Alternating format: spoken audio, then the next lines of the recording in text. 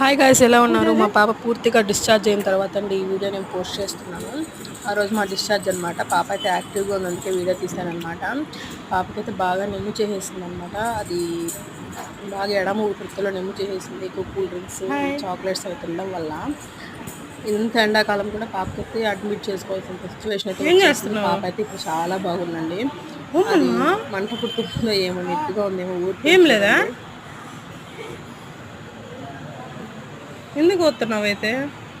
అబ్బాయిందా? మాజా కావాలా? ఏమే మాజా కావాలా? మాజా మాజా తెప్పించదే? మాజా తెప్పించదే? ఏం తల్లి? డాడీ కొడతాడా? కొట్టడులే. లాలిప్ప చాకి దమ్సు